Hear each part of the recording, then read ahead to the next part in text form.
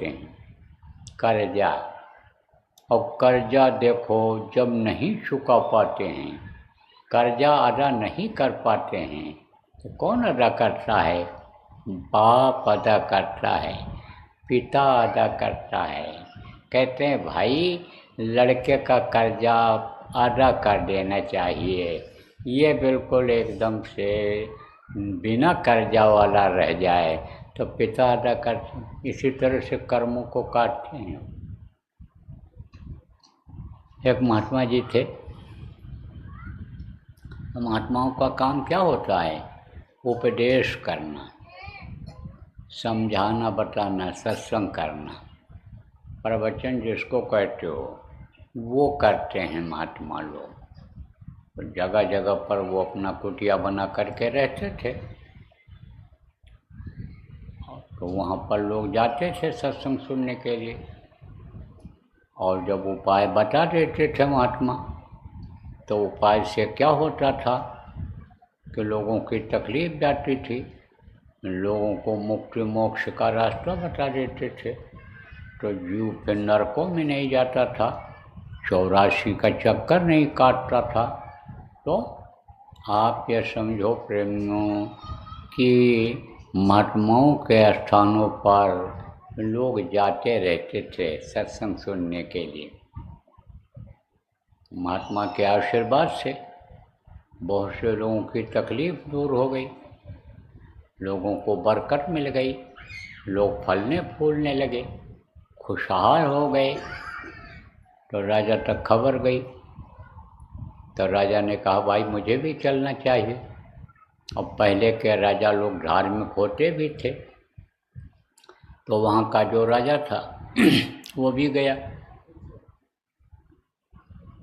जब वहाँ पहुँचा तो सत्संग चल रहा था, तो राजा पहले भी महात्माओं के आश्रमों पर जाता रहता था और सुनता रहता था, बहुत सी जानकारी भी राजा को थी। तो राजा ने सुना, कहा महात्मा समझा रहे हैं कर्मों के बारे में, जैसे आज आपको बताया जा रहा है इसी तरह से प्रसंग चल रहा था। तो ये भी बात आई, जैसे आज आपको बताया जा रहा है कि कर्म को कौन काटता है? महात्मा काटते हैं।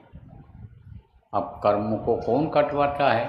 कि जिनको विश्वास हो जाता है कि ये हमारे कर्मों को काट सकते हैं। जिस तरह से विश्वास हो जाता है मरीज को कि ये डॉक्टर हमको दवा दे देंगे तो हमारा रोग ठीक हो जाएगा, विश्वास के साथ आदमी उस दवा को खाता है। जिस तरह से मालूम हो जाता है कि हमारा बच्चा इस स्कूल में पढ़ेगा, ये मास्टर भी पढ़ा देंगे तो बच्चा हमारा पढ़ ले जाएगा, ऊंचे ओहदे पर चला जाएगा, कलेक्टर कमिश्नर बन जाएगा, वो ऑफिसर बन जाएगा। ऐसे जब विश्वास हो जाता है तो वहाँ से दवा ले लेता है आदमी, लड़के को स्कूल में भर्ती करा देता है। इसी तरह से महात्मा सब तरह की बात बताते हैं लोगों को। तो राजा ये भी सुनता रहा, फिर उस दिन मनन करता रहा सोचता रहा कि भाई महात्मा तो ये जानकार लगते हैं, पहुँचे हुए लगते हैं, लेकिन इनके पास आने पर भी अगर कर्म न कटे, जबकि कहा गया है कि संत दर्श को जाइए तज माया अभिमान, और जो पग आगे बढ़े कोटिन यज्ञ समान भारी फल मिलता है। तो इतनी दूर आने के बाद भी अगर कर्म न कटा तो महात्माओं के पास आने से फायदा क्या है? सोचता रहा, रुक गया। तो बहुत कुछ काम देखा देखी होता है। देखा देखी में क्या होता है? जैसे इतने लोग सब लोग हो, अब अभी कहीं लगा दिया जाए कि ये घास निकालो, यहाँ सफाई करो, अब सब लोग लग जाओ और 4-6 लोग उसमें न लगें कि भाई हम अच्छा कपड़ा पहने हैं, बड़े आदमी हैं, पढ़े लिखे हैं, हमारा ये काम नहीं है, ये तो छोटे लोगों का काम है। तो थोड़ी देर जब रहेंगे वहाँ, देखते रहेंगे, तो ज़्यादा लोग पहले सोचते हैं इस बात को, जो कभी भी नहीं करते हैं ये छोटा काम, लेकिन उसमें से 2-1 आदमी अगर करने लगे तो सबकी इच्छा हो जाती है कि हम भी सेवा कर लें। जब सेवा का महत्व समझ में आ जाता है तो ऐसे लोग जो कभी सेवा नहीं करते हैं आगे बढ़ कर के सेवा करने लगते हैं। इसी तरह से राजा भी उठा, सुबह देखा कि आश्रम पर कोई खाली बैठा नहीं है, सब सेवा में लगे, सब भजन में लगे हैं। तो राजा भी उसी तरह से करने लग गया, उनके साथ हो गया, और जब सेवा किया, कर अच्छा लगा, कुछ कर्म कटे तो अच्छा लगने लगा। लेकिन ये शंका बराबर मन में उसके बनी रही कि भाई कर्म कैसे कटेंगे, कर्म तो बहुत से अनजान में हो जाते हैं और कुछ जानकारी में भी करता है आदमी। किस में करता है? सुख के पाने में करता है। जैसे बहुत से लोग यही सोच लिए हैं इस समय पर कि खाने में सुख है, बढ़िया गद्दा, बढ़िया महल, घर में रहने में सुख है, इज्जत वाली जगह पर पहुंचने में सुख है, तो उसी में लगे हुए हैं, वही सुख खोज रहे हैं। लेकिन खाने के बाद देखो, आप ये समझ लो प्रेमियों कि किसी को पता रहता है क्या खाए थे, कहाँ सोए थे?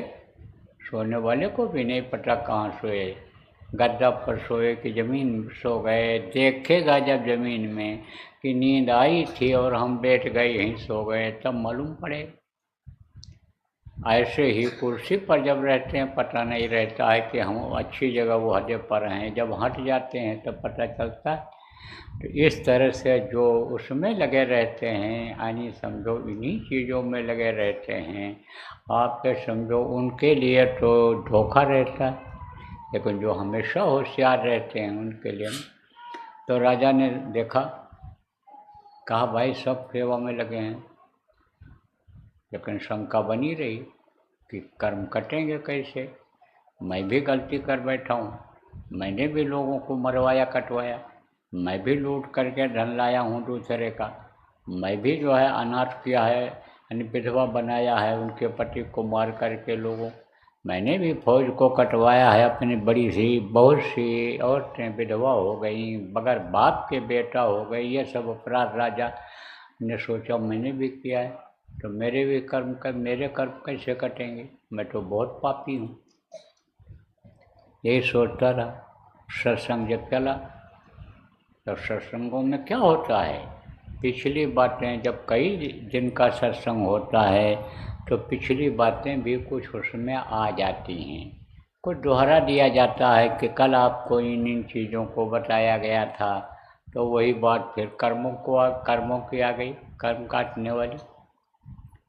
तब जब महात्मा जी मंच से उतरे तब राजा गया और कहा, महाराज एक बात ये हमारे समझ में नहीं आई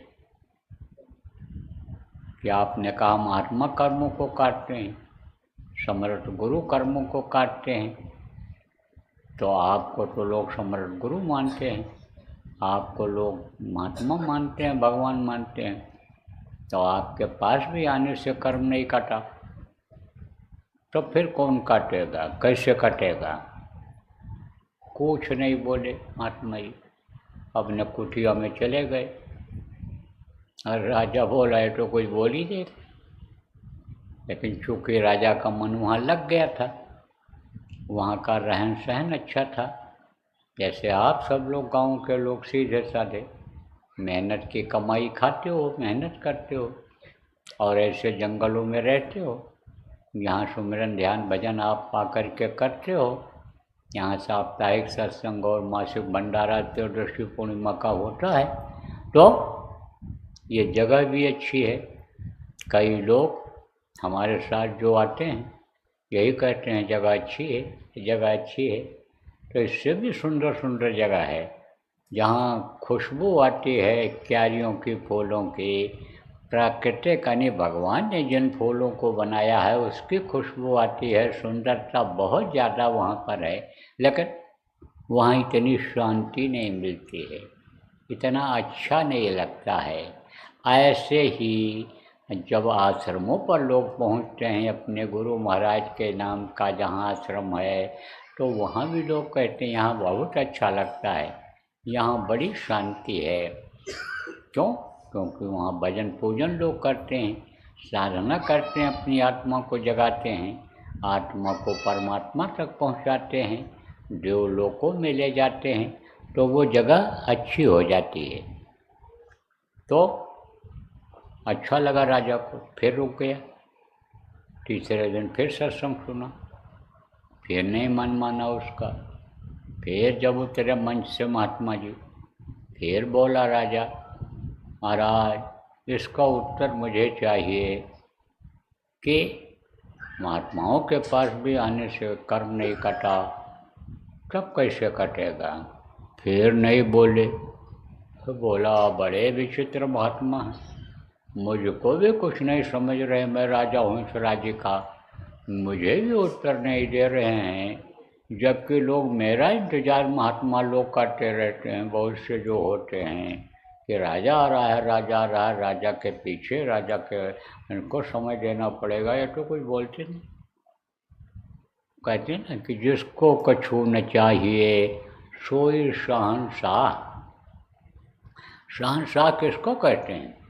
ये जो बादशाह होते हैं, जिनके पावर होती है, धन होता है, जिनके फौज फाटे होते हैं, वो बादशाह नहीं होते हैं। सच पूछो तो जिसको कुछ न चाहिए वही बढ़िया नींद सोता है।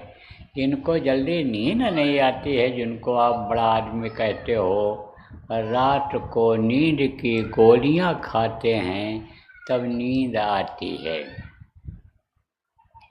तो सच्चे तो बादशाह वही होते हैं।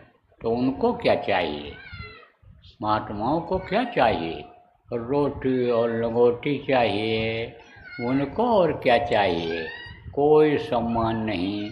कोई अगर उनको इज्जत भी देता है तो उस पर भी ध्यान नहीं देते हैं।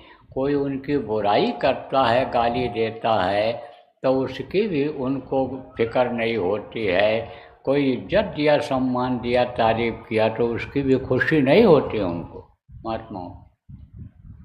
तो उनको क्या फिक्र है कि राजा नाराज हो जाएगा, और राजा यानी समझो कि हम राजा को खुश करेंगे तो हमको कुछ धन दौलत दे देगा, इज्जत दे देगा, हमारा नाम यानी अमर करेगा, लोगों को जान जाएंगे। उनको क्या पता है, उनको क्या ज़रूरत है? उनके पास तो ऐसा धन है जो किसी राजा के पास नहीं है, इस दुनिया संसार में नहीं है। जो आप ये समझो कि करोड़ों मील तक, यानी समझो मीलों लंबी दूर तक हीरा इकट्ठा कर दिया जाए, उसकी कीमत नहीं है। उसकी कीमत जितनी, उससे कई गुना कीमती उनके पास दौलत है। तो उनको किस चीज़ की फिक्र है महात्मा? उनको क्या फिक्र? चले गए, अंदर चले गए। लेकिन राजा को फिक्र हुई कि ये तो भाई बड़े विचित्र महात्मा हैं, ये तो देखो अपनी मौज में ही रहते हैं। लेकिन उम्मीद उनको ये थी कि हमको निराश नहीं लौटाएंगे, क्योंकि ऐसे महात्माओं के दर पर जो पहुंच जाता है, दरबार में पहुंच जाता है, उसको निराश नहीं करते हैं। तो उत्तर तो हमको मिलेगा। इसी उम्मीद में रुक गया। लेकिन फिर सोचता रहा कि अगर उत्तर नहीं मिला, क्योंकि पूरा विश्वास तो था नहीं, उसने तो केवल अन्य लोगों के व्यवहार को देख करके कि महात्मा के साथ ऐसा व्यवहार लोग कर रहे हैं, इनको प्रणाम कर रहे हैं, इनके आदेश का पालन कर रहे हैं, यही देख करके प्रभावित हुआ था। चेहरा मोहरा जब देखता था तब उसको अच्छा लगता था, समझता था कि यह महात्मा हैं, लेकिन अंदर से क्या पहचान उसको थी? अंदर से कोई पहचान नहीं थी। अंदर से ऐसे पहचान नहीं होती है शरीर को देख करके, इसलिए शंका हो जाती है आदमी को। इसीलिए बहुत से लोग गुरु को आदमी ही समझ बैठते हैं और उसी में धोखा हो जाता है।